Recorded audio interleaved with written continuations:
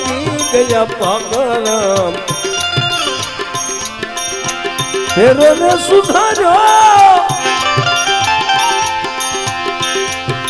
એ ફેરો સુધારો રંગે ને લાગી ગયા પાગલ સણોસરા ગામે સંત નીરુ બાબા સણોસરા ગામે તપસ્વી નીરુ બાબા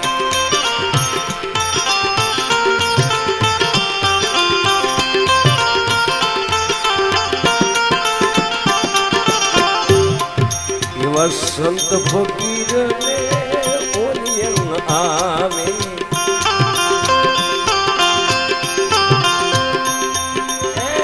સંત ફકીર ને બોલી આવે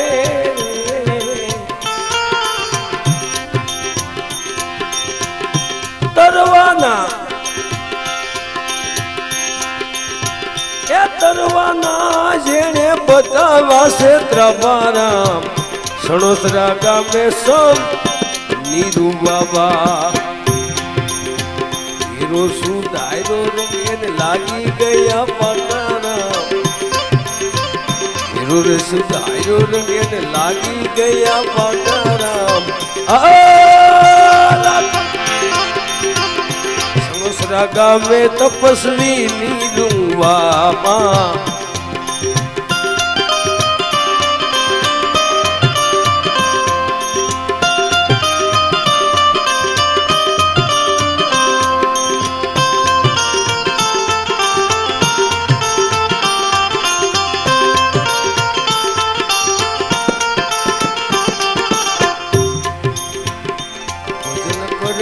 તો કદી નવ ભટકે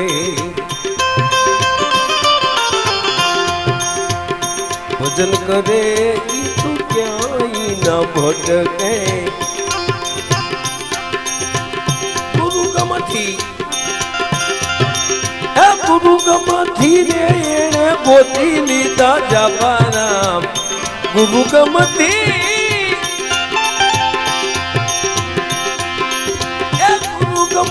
રે એને ગોતી લીધા જાપાના સણોસરા ગામે સંત નીરુ બાબા હીરો સુધારો રંગેને લાગી ગયા પાગરામ હીરો રે સુધારો રંગેને લાગી ગયા પાગરામ સણોસરા ધામે એવા સંત નીરુ બાબા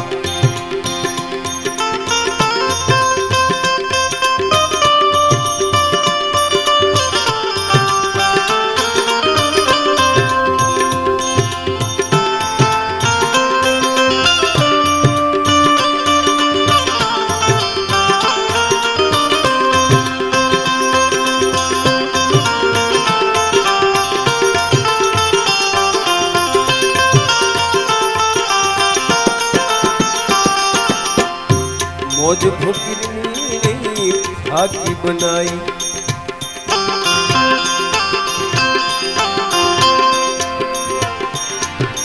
સંત તપસ્વી ઋષિ બાપુ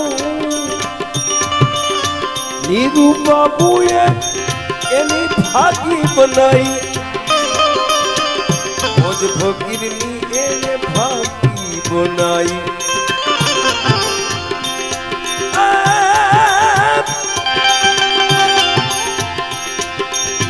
સુરતા ચડી સુરતા ચડી સુરતા ચડી દેને સુરતા તેરા સણોસરા ગામે સંત નીરુ બાબા હીરો સુધારો રંગેને લાગી ગયા પાગરામ હીરો સુધારો રંગ એને લાગી ગયા પાગરામ સણોસરા ગામે સંત નીરુ બાબા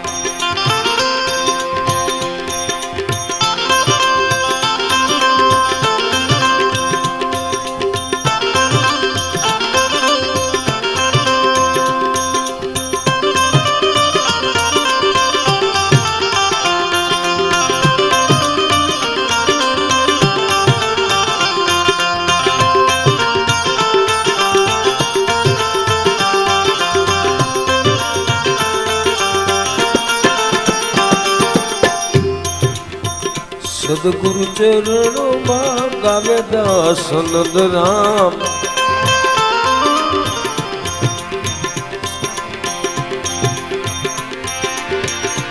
નિરુબાપુના શરણે ગાવે દાસ નંદ રામ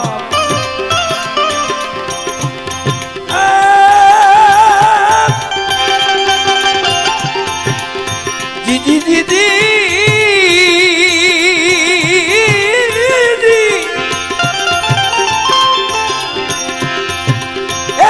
સીધી ખડી એ રીતિ સીધી ખડી જેને લાગી ગયા થાપારામ રીતિ સીધી ખડી એ રીતિ સીધી ખડી જેને લાગી ગયા થાપારામ સણોસરા ગામે તપસ્વી નીરું બાબા ફેરો સુધારો રંગેને લાગી ગયા બકારામ ફેરો સુધારો રંગ લાગી ગયા બકારામ સણોસરા ગામે સંત નીરું બાબા સણોસરા ગામે સંત દેવા નીરું બાબા સણોસરા ગામે સંત નીરું બાબા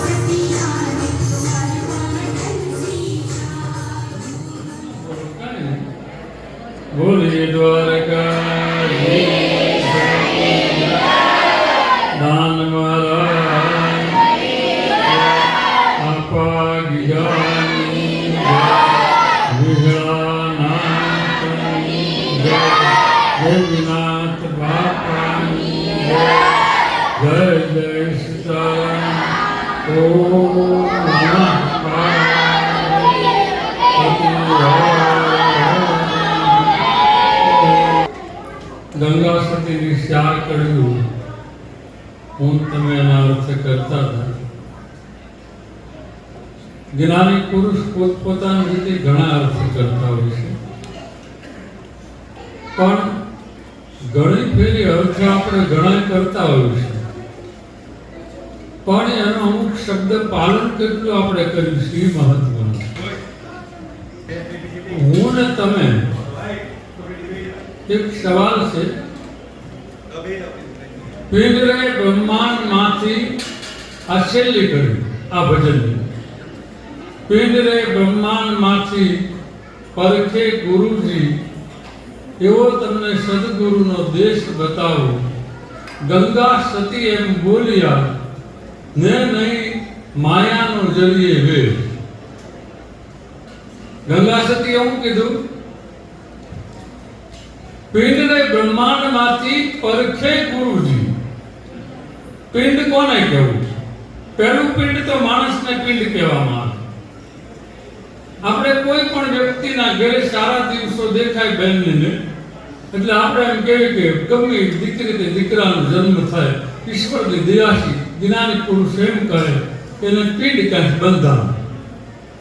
પછી ભલે દીકરો આવે તે દીકરી આવે. પિંડરે બ્રહ્માંડ, આ તો બ્રહ્માંડ કીધું. પિંડરે બ્રહ્માંડમાંથી પરખે ગુરુજી, એવો તમને ગુરુજીનો દેશ દેખાડો. કયો બ્રહ્માંડ, કયો દેશ? હવે ઘણા લોકો જ્ઞાની માણસો એમ કે આપણા શરીરમાં બધાય દેવ છે, બરોબર? એમાં હું સ્વીકારું છું, હું નથી સ્વીકારતો એવો નાસ્તિક નથી. આપણા શરીરમાં બધાય દેવ છે, તો આ દરેક વ્યક્તિમાં બધાય દેવ હોય તો ઘણા ન ખાવાનું ખાતા હોય, ન પીવાનું પીતા હોય, ન જવાનું હોય ને જાતા હોય. એમાં પછી બેનું આવી જાય, ભાઈ આવે. તો ઈશ્વરનો વાસ હોય તો એ અમુક વસ્તુ છોડી ન દે, છોડી દેવું પડે. પિંડરે બ્રહ્માંડમાંથી પરખે ગુરુજી, જે ગુરુ ઈશ્વરનો સાક્ષાત કર્યો હોય ને, ભગવાનના દર્શન કર્યા હોય ને, એ કોઈ પણ વર્ણનો હોય. હું એવું નથી કહેતા કે આ વર્ણમાંથી, કોઈ પણ વર્ણમાંથી જે ગુરુ ઈશ્વરના દર્શન કર્યા હોય, એ તમારું જે પિંડ છે શરીરનું, પંચધાતુનું, એ પિંડમાં તમને પરખાવી દે કે તું કોણ છો, શું કામ આવ્યો છો, શું લેવા આવ્યો છો, શું કરવા આવ્યો છો. એ તમને પરખાવી દે, અને પરખાવી દે એટલે તમે નહીં ને હથિયાર મેળવી દે. તમને ખોટું લાગતું તો તમને દક્ષિણ આપો કે વાણમાં જેસલ બેઠો ત્યાં સુધી બારવટીયો હતો, વાણમાંથી ઉતરીને ઓલે કાંઠે ગયો એટલે જેસલ પીર થઈ ગયો. આપણે હું તમને કહું, કેટલી દાણ સત્સંગમાં ગયા, કેટલી દાણ ભજનમાં ગયા, કેટલી દાણ કથામાં ગયા, આપણે કેમ ન થઈ ગયા? પિંડરે બ્રહ્માંડમાંથી પરખે ગુરુજી, એવો બતાવ સદગુરુનો તમને દે. હવે ગુરુ તમારો એ કક્ષાએ પૂગેલો હોય તો તમને પિંડમાંથી બ્રહ્માંડ બતાવે ને. હવે ગુરુ મારી જોડે હું તમને બહુ રેવડી બેસતો હોય, એમાં એકાંતી તમને પિંડમાંથી બ્રહ્માંડ દેખાય. ગુરુ કોઈ પણ હોય, હું એવું નથી કહેતો કોઈની કંઠી તોડાવવા નથી માંગતો, પણ શ્રદ્ધાનો વિષય એ છે કે આ ગંગા સતીની છેલ્લી કડી મારે તમને જે કહેવાનું છે મારી સમજણથી, એ હું બહુ વિચારીને બોલું છું. સંતો આગળ મેં પહેલા આવો સત્સંગ બહુ કર્યો. ગંગા સતીના ભજન ઉપર 52 ભજન ઉપર ઓછામાં ઓછો મેં 3 વર્ષ સુધી આની ઉપર લખ્યા. પિંડરે બ્રહ્માંડમાંથી પરખે ગુરુજી, બતાવું તમને સદગુરુનો દેશ. જે ગુરુ પિંડ પારખી શકે ને એ જ શિષ્યને આપી શકે. એક વસ્તુ તમે સમજી લેજો, દાન બાપુને યાતીમાં ટોળા નહીં હોય, બાપુને તો 152 પડસા પૂર્યા, એને માં કેટલા રખડતા છે.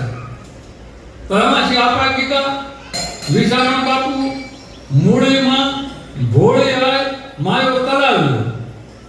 આટલા જણા 5 થી 6 જણા નામ કાઢી ગયા ને હજી એની જગ્યાઓ પાસેની છે. બરોબર? તો બાકીનાની કેમ નથી? બાકીના મુક્તિ લઈ લીધી હોય, જ્ઞાન પ્રાપ્ત કરી લીધું હોય, એની જાગૃતિ થઈ, ઉંમર થઈ ગઈ હોય તો રજા લઈ લીધી. આપણે એવો અર્થ કરીએ. એમ બધાય કોઈ વસ્તુ થઈ નથી હતી. એટલે મારે તમારે બને ત્યાં સુધી આપણે કુળદેવને ધ્યાન રાખવું, આપણા જીવનનું ધ્યાન રાખવું, ને આપણો ઈષ્ટદેવ કોણ છે એનું પણ ધ્યાન રાખવું. મને કાલે પ્રશ્ન આવ્યો હતો કૃષ્ણ ભગવાન વિશે, એનો પછી જવાબ આપી, પણ પહેલા આ પૂરું કરું. પિંડરે બ્રહ્માંડમાંથી પરખે ગુરુજી, એવું બતાવું સદગુરુનો દેશ. તમને કોઈ પણ વ્યક્તિ માથા ઉપર હાથ મેકે અને આંખો તમારી બંધ હોય ને તમને એમ કે જોવા દ્વારકાધીશ રહ્યા, આ જો 4 હાથ ને આમ ને બધું કે, એમાં 2 વસ્તુ છે. કોઈની આગળ તાંત્રિક વસ્તુ હોય ને તો આ એક અહીં ગામનું નામ નથી દેતો, અહીંથી લગભગ 50 થી 150 કિલોમીટર સેટું છે. નહીં ભાઈ ગમે માથા આમ હાથ મેકે ને એટલે એમ કે તમને તમારું કુળદેવ કોણ? સામુંડા. એટલે સામુંડા જ દેખાય. તમે એમ કે તમારું કુળદેવ કોણ? મામા. એટલે મામા હાથ મેકે એટલે દેખાય. આંખો બંધ રાખો. પછી તો એની કંઠીઓ બંધ રહી ઓછામાં ઓછી 30,000 માણસો, અને જેવું બધું સતું થયું એટલે કંઠીઓ બધી તૂટી ગઈ. એટલે પિંડરે બ્રહ્માંડમાંથી પરખે ગુરુજી, એવું બતાવું તમને સદગુરુનો દેશ. સમજ્યા?